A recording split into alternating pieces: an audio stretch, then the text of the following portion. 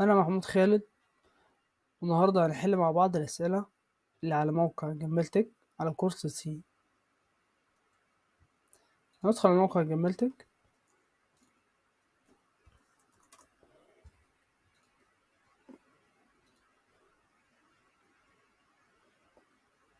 كورسز سي بروجرامينج. هنحل الأسئلة على lesson 2. اختار السؤال رقم 10.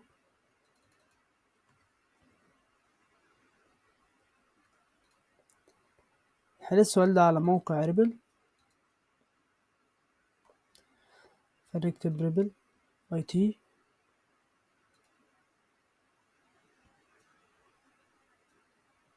ندخل على ريبل اللي عملناها آخر مرة.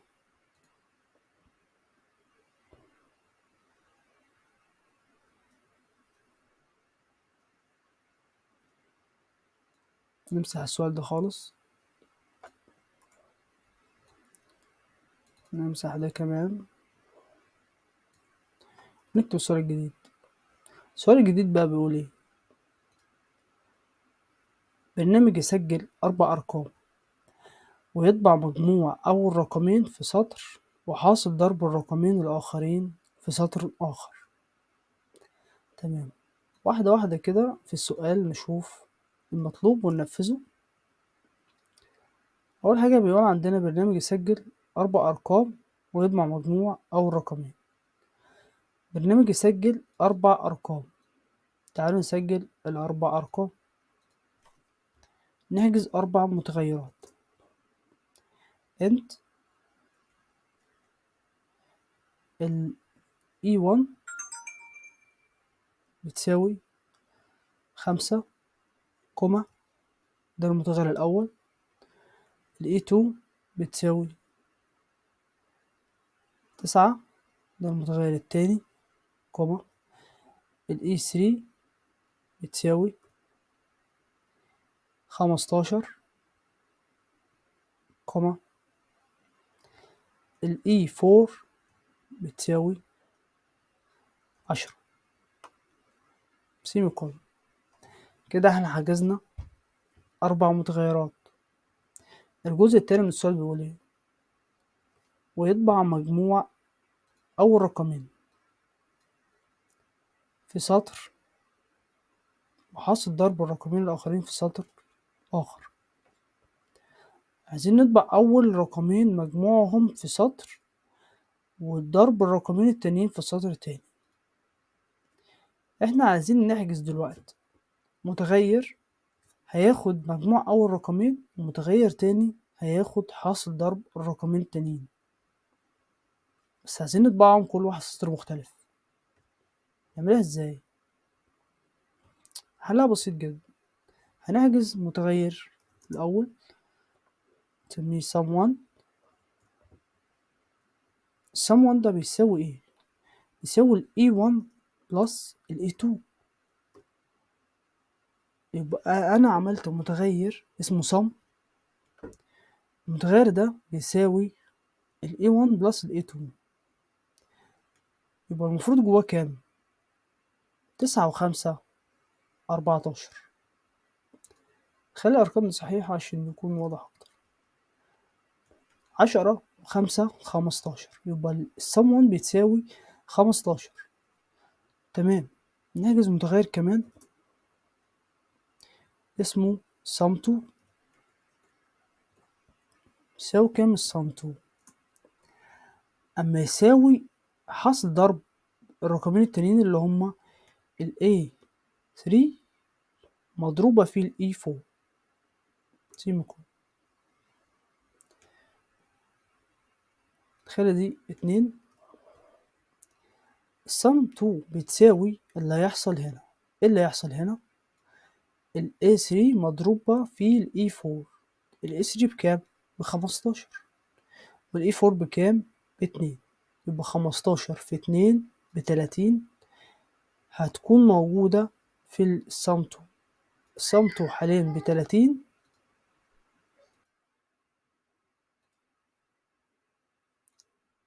تمام، عايزين بقى نطبع المتغيرين دول. نستخدم برنت اف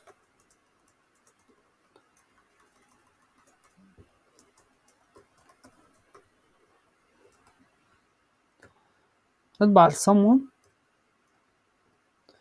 كوما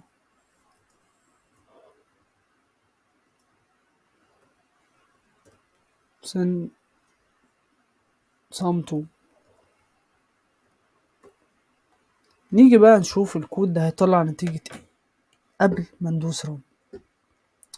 احنا الاول عملنا نقرا السؤال تاني. برنامج يسجل 4 أرقام ويطبع مجموع أول رقمين في سطر وحاصل ضرب الرقمين الآخرين في سطر آخر. احنا حجزنا 4 متغيرات. المتغير الأول اسمه E1 ده بيساوي 5 والE2 بتساوي 10 والA3 بتساوي 15 والE4 بتساوي 2. احنا عايزين حاصل جمع الرقمين دول في سطر لوحدي. هنا عملنا متغير اسمه someone. someone ده بيساوي ايه؟ بيساوي اللي هيحصل هنا. ايه اللي هيحصل هنا؟ ال A1 بلس ال A2. طيب ال A1 ده بكام؟ ب5 وال A2 ب10. يبقى 15 دي مجموع ال A1 وال A2 دي هتتسجل جوه السم 1. يبقى السم 1 دي بتساوي 15. تمام. وهنا حجزنا متغير تاني اسمه sum 2 بيساوي ال A3 مضروبة في ال E4. ال A3 هنا بكام؟ ب15 مضروبة في ال E4. ال E4 بكام؟ ب2. 15 في 2 ب30. يبقى ال30 دي موجودة في السم 2. يبقى السم 1 ب15 والسم 2 ب30. تمام. عملنا برنت اف برسنتج دي هنطبع السم 1. بس هنا في مشكلة ان هو مش هينزل سطر لان مفيش باك سلاش ان. فنكتب باك سلاش ان علشان يطبع اول قيمة وينزل سطر. هنا هيطبع السم 1. السم 1 قلنا هنا بكام؟ ب15 والسم 2 ب30. فهو كده هيطبع السم 1 اللي هي 15 وبعدين ينزل سطر ويطبع السم 2 اللي هي ب30. المفروض عندنا هنا يطبع 15 وتحتيه هيطبع 30. نعمل رن ونشوف. فعلا طبع 15 تحتيها طبع 30.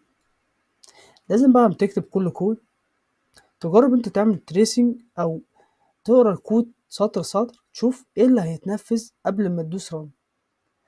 لو قدرت ان انت تتوقع اللي هيتنفذ قبل ما تدوس رن كده يبقى انت فاهم الكود كويس، فاهم النتيجة اللي هتطلع ايه. الدليل ان احنا واحنا بنعمل تريسنج الكود كنا ناسيين الباك سلاش ان. لو كنت انا عملت رن من غير باك سلاش ان ما كانش هذا السطر، كان هيطبع الاتنين دول جنب بعض زي كده مثلا. نجربها. حشنا الباك سلاش ان وندوس رن طبع رقم على بعضيه 1530. ومش هو ده المطلوب. المطلوب ان احنا عايزين نطبع اول رقمين ومضروب الرقمين التانيين تحت، فكنا ناسيين الباك سلاش ان. لما انت عملت تريس الكود قبل ما تدوس رن عرفت المشكلة فين فحلتها قبل ما تدوس رن او قبل ما تعمل اي تأثير على البروسيسور او ان انت تأثر على الكمبيوتر اللي انت بتعمل عليه البرنامج. ده بيكون افضل واسرع في الرن. ده كان الحل بتاعي. لو عندك حل مختلف ممكن تسيبه في الكومنت.